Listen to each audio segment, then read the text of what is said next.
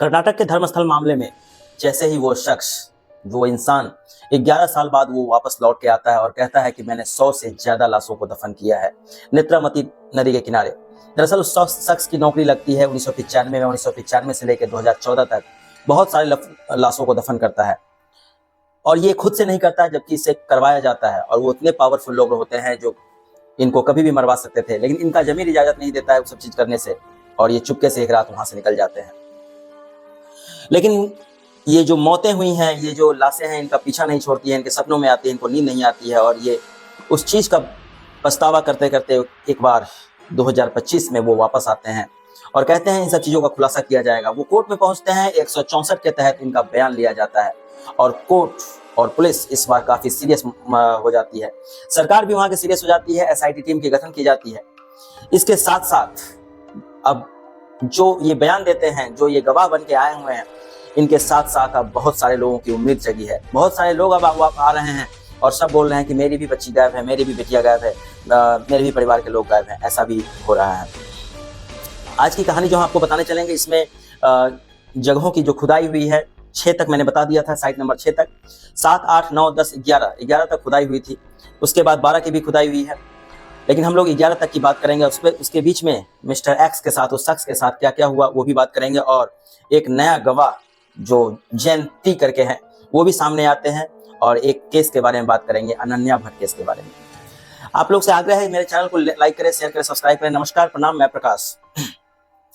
ये कहानी बहुत ही दर्दनाक कहानी है, जो शुरू से मैं आपको पहले 2 वीडियो में बता चुका हूँ। पहले वीडियो जो शख्स आता है 11 साल बाद और बताता है इस सब चीजों के बारे में, और दूसरा मैंने वीडियो बनाया है सौजन्या मर्डर केस के बारे में, जो वहीं पे नेत्रावती नदी और धर्मस्थल का जो एरिया है वहीं से वो गायब हुई थी और उसकी लाश मिली थी।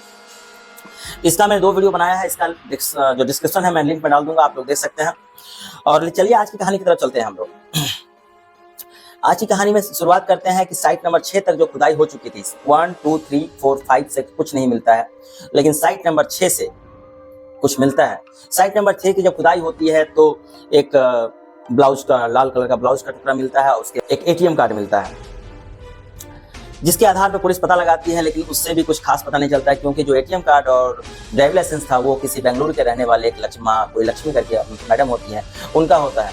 दरअसल उनका कहना होता है कि वो, उसका बेटा एक नहाने के लिए नेत्रावती नदी के किनारे गया था, वहीं से उसका पर्स गायब हो जाता है, जिस सिलसिले में वो चीज गायब हो चुका था। इससे कुछ फर्क नहीं पड़ता, लेकिन उसी दिन उस 6 फीट की खुदाई में कुछ कंकाल मिलते हैं, 25 मानव हड्डियां मिलती हैं।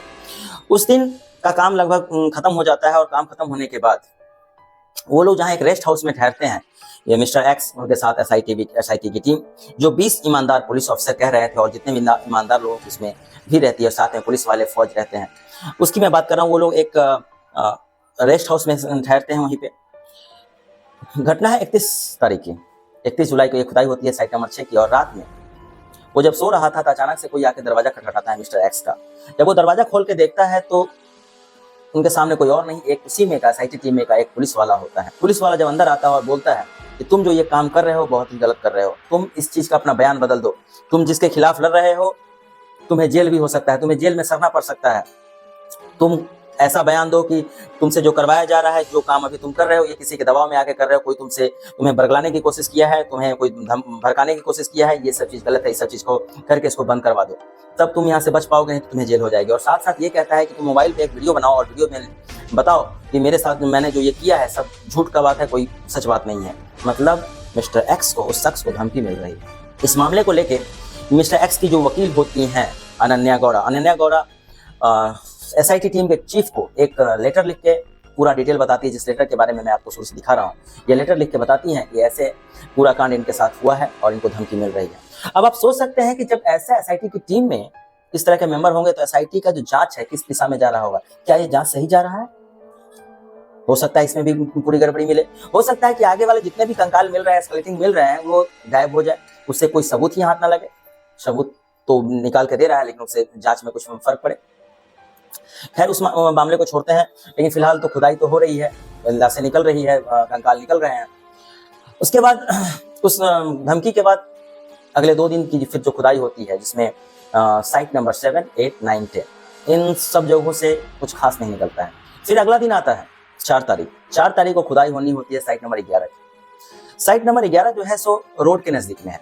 जो फर्स्ट मार्किंग होती है उसमें 13 तक की खुदाई होनी है। तो साइट नंबर 11 में जब वो लोग पहुंचते हैं तो मिस्टर एक्स जो शख्स है वो कहते हैं उनको भी थोड़ा सा डिमोलाइज हो चुके थे, क्योंकि पिछले 4 साइटों से कुछ नहीं निकला था और टोटल कुल मिलाकर 10 साइट की खुदाई में सिर्फ साइट नंबर 6 से कुछ निकल के आता है। तो वो भी थोड़ा सा डिमोलाइज हो जाते हैं। इस बार वो साइट नंबर 11 पे जब पहुंचते हैं, जो रोड के साइड में होता है थोड़े से जंगल में 100 मीटर दूर अंदर जंगल में होता है, तो वहां पे जाके देखते हैं तो एक पेड़ से एक लाल कलर की साड़ी बंधी होती है। जो लगता है कि कोई सबूत के तौर पे काम करेगा, तो उस साड़ी को भी पुलिस एसआईटी की टीम जो है उठा के उसको फोरेंसिक जांच के लिए भेजती है। और साथ में वो कहता है, मिस्टर एक्स कहता है कि सर एक काम कीजिए, इस बार आप जो मैंने एरिया बताया है, जो जगह मैंने बताया है, उसके 100 मीटर के आसपास में आप खुदाई करने की कोशिश कीजिए। हो सकता है कि मैं भी थोड़ा सा कंफ्यूज हो गया हूं, क्योंकि इस मामले को बहुत दिन हो चुके हैं, क्योंकि 1995 में वो आया था और 2014 में वो चला गया था।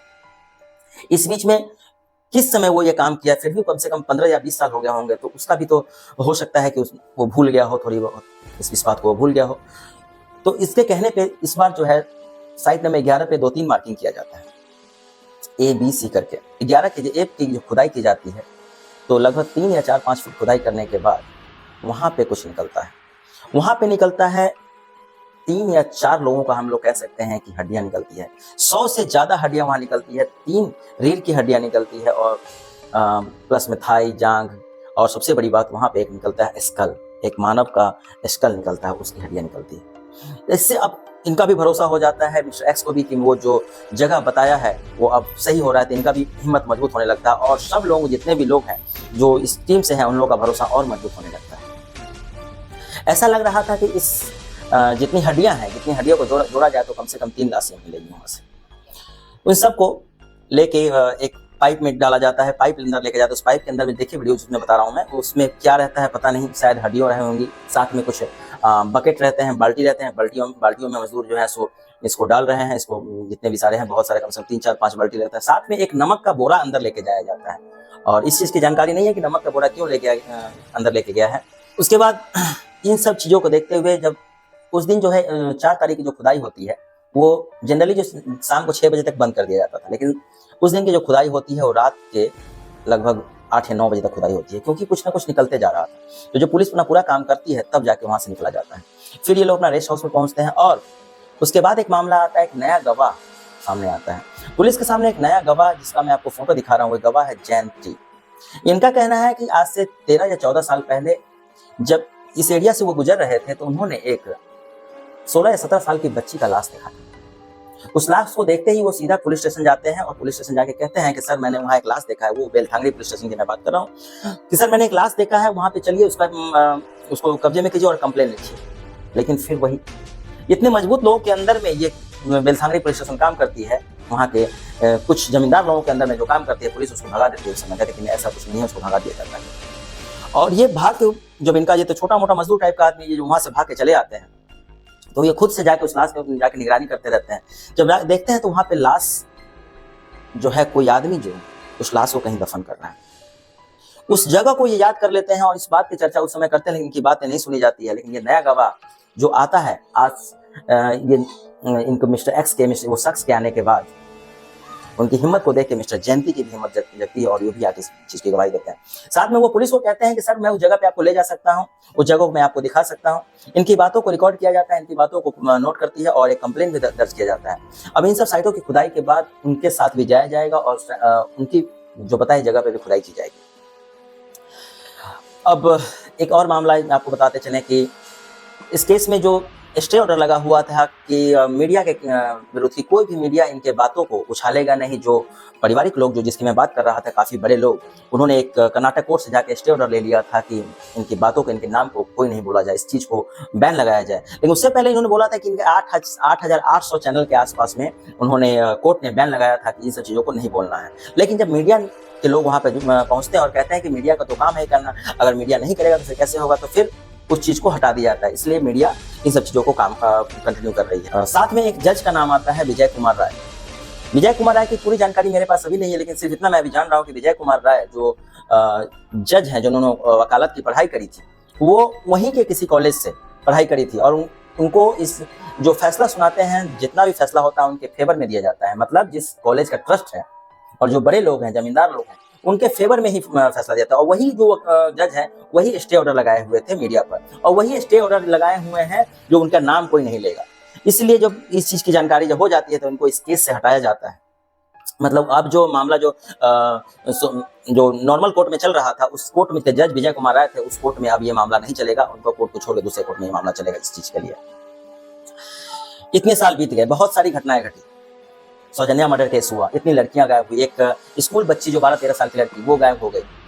उस शख्स के अनुसार से उसने 100 से ज्यादा लाशें दफन की है, और न जाने, उनका कहना है कि न जाने उसने 400 से 500 लाशों के बीच दफन, क्योंकि उससे पहले भी वो घटना घटी थी और उनके जाने के बाद भी ऐसी घटनाएं घटी है। क्योंकि बहुत सारे केस जो हैं दर्ज किए गए हैं, बहुत सारे केस तो दर्ज नहीं, पुलिस तो दर्ज करती नहीं थी, लेकिन बहुत सारे मामले आ चुके हैं जिसमें 400 से 500 लोगों का, सिर्फ धर्मस्थल का ही नहीं, धर्मस्थल के आसपास दूर दराज के लोग जो वहां पे धर्मस्थल मंदिर घूमने गए थे और वहां से जो गायब हो जाते हैं, उन सब मामलों में अभी तक सुनवाई नहीं हुई। इन्हीं 400 या 500 मामले के बीच में एक मामला है अनन्या भट्ट का। धर्मस्थल मामले में जैसे ही वो शख्स 11 साल बाद वो आके कहता है और अपने बयान में कहता है, उसका बयान दर्ज किया जाता है, और जब खुदाई स्टार्ट होती है, जब लाशों का रहस्य समझ में आने लगता है, सब सच्चाई सामने आने लगती है, तो वैसे ही धीरे धीरे करके ये मामला सोशल मीडिया में वायरल हो जाता है। और चारों तरफ अभी पूरे भारत में इसी की चर्चा चल रही है कि धर्मस्थल में लाश निकल रहे हैं, धर्मस्थल में बहुत साल पहले, और ये शायद अभी तक लाशों का दफन हो रहा था, बहुत सारे लोग गायब हुए थे। ये जो है धर्मस्थल का एक पहचान बन गया है कि वहां पे जो लोग जाते हैं, लड़कियां जाती हैं, वो गायब हो जाती हैं। अब इन सब मामलों को देखते हुए, जैसे ये बात सोशल मीडिया पर वायरल हुई, इन सब मामलों को देखते हुए एक औरत सुजाता भट्ट, जो कि कोलकाता की रहने वाली है, 60 साल की महिला, वो भी ट्रेन पकड़ती हैं और वहां से धर्मस्थल आती हैं। करीब उनको 1 से 1.5 दिन लग जाते हैं वहां आने में। वो यहाँ आके पहले तो एक वकील से मिलती है, और वकील से मिलने के बाद वो कहती है कि मुझे उस शख्स से मिलना, लेकिन उसकी सिक्योरिटी इतनी टाइट है क्योंकि उसकी आइडेंटिटी को छुपाया गया है, उससे तो कोई मिल नहीं सकता, क्योंकि वो इकलौता गवाह है जो आया है, और उसने पहले ही कहा था कि उसे सिक्योरिटी मिलनी चाहिए, इस कारण से उसके साथ कोई मुलाकात नहीं कर सकता।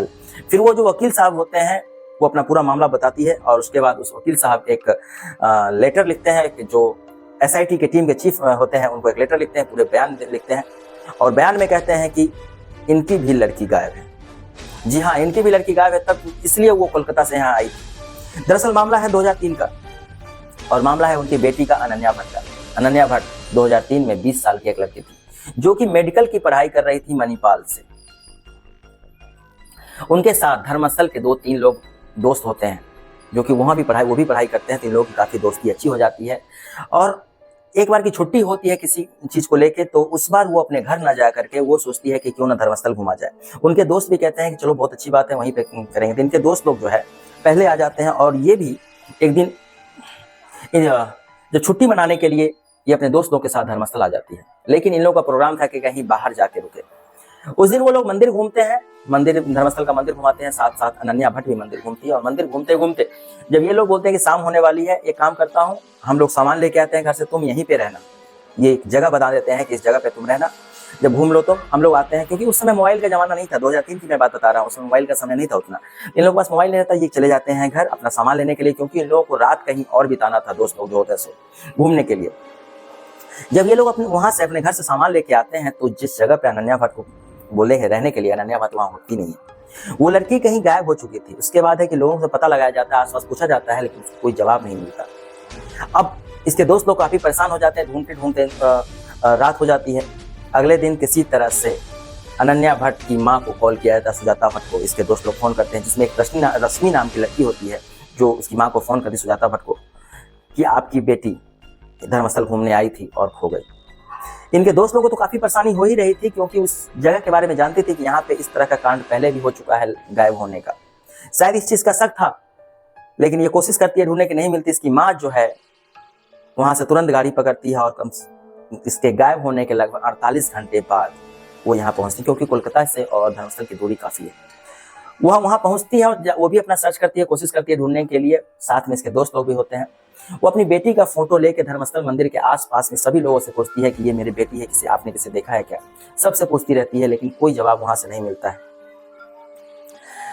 उसी में वो अपने बयान में कहती है, अभी का बयान में कहती है कि उस समय मंदिर के आसपास में 1-2 लोगों ने हमसे कहा था कि अम्मा आप यहाँ से चले जाओ, आप यहाँ पे आपकी बेटी मिलने वाली नहीं है, आप यहाँ से चले जाओ, नहीं तो आपको साथ बहुत परेशानी हो सकती है।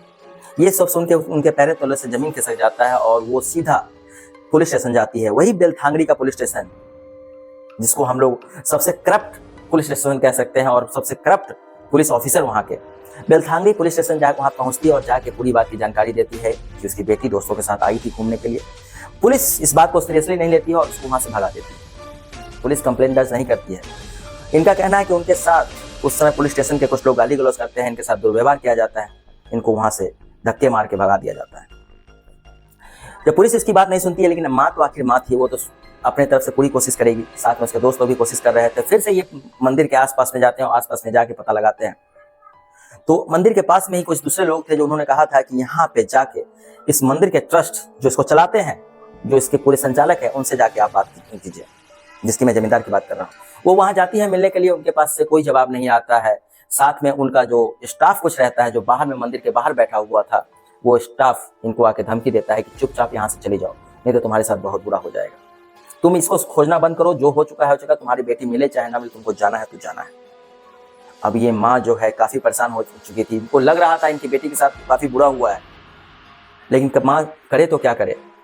फिर भी वो इंतजार करती रहती है, मंदिर की सीढ़ियों पर बैठी रहती है। रात के समय कुछ लोग जो व्हाइट कपड़े पहने हुए थे वो आते हैं, इनको उठा के लेके जाते हैं और इनका मुंह बंद कर देते हैं, कि एक कमरे में बंद कर देते हैं, मंदिर के किसी कोने के कमरे में बंद कर देते हैं। इनके साथ मारपीट किया जाता है।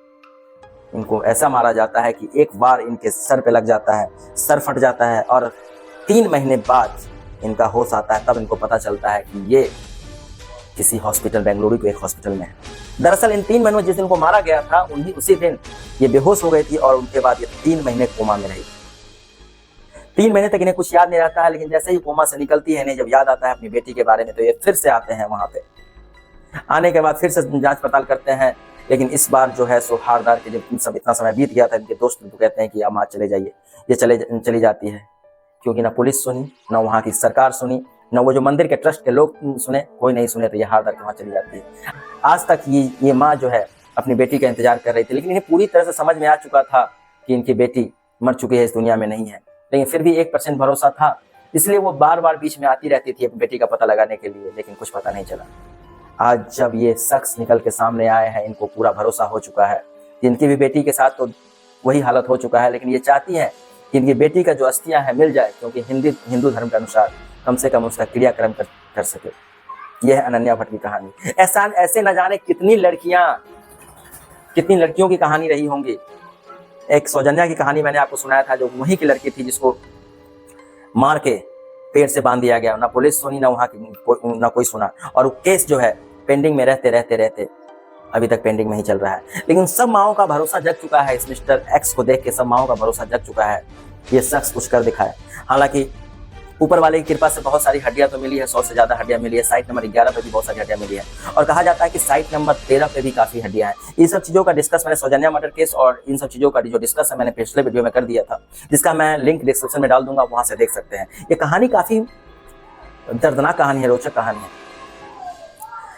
बहुत सारी महिलाएं जो कि उसको काल ही कह सकते हैं ना, मंदिर घूमने गए, वहां से गायब हो। अभी भी वहां पे धर्मस्थल में बहुत, जहां वहां पे जाकर अगर पता करेंगे तब बहुत सारे घरों की लड़कियां गायब है, महिलाएं गायब है, लेकिन कोई भी उसके खिलाफ आवाज नहीं उठा सकता। आवाज उठाया था, लेकिन जब वो इतना पावरफुल आदमी जो पुलिस को अपने जेब में रखता है, नेता को अपने इस जेब में रखता है, कोई कुछ नहीं कर सकता। CID CBI कुछ नहीं कर पाई, उसका पॉलिटिकल पावर है उसके पास।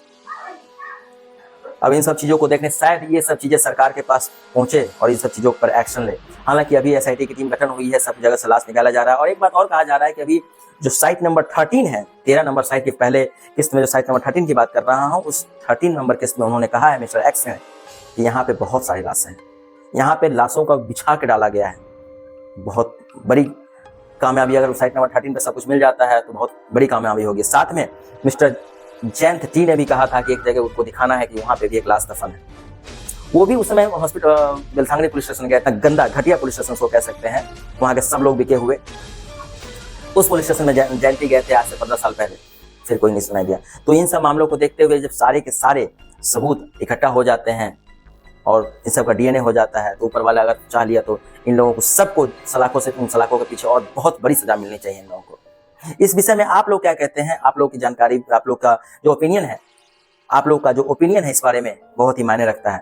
इसलिए मेरे वीडियो को पूरा देखें और लाइक करें, शेयर करें और आपके मन में कोई विचार है, कोई कमेंट है, कोई सवाल है तो आप हमसे पूछ सकते हैं। आज के लिए बस इतना ही। जय हिंद।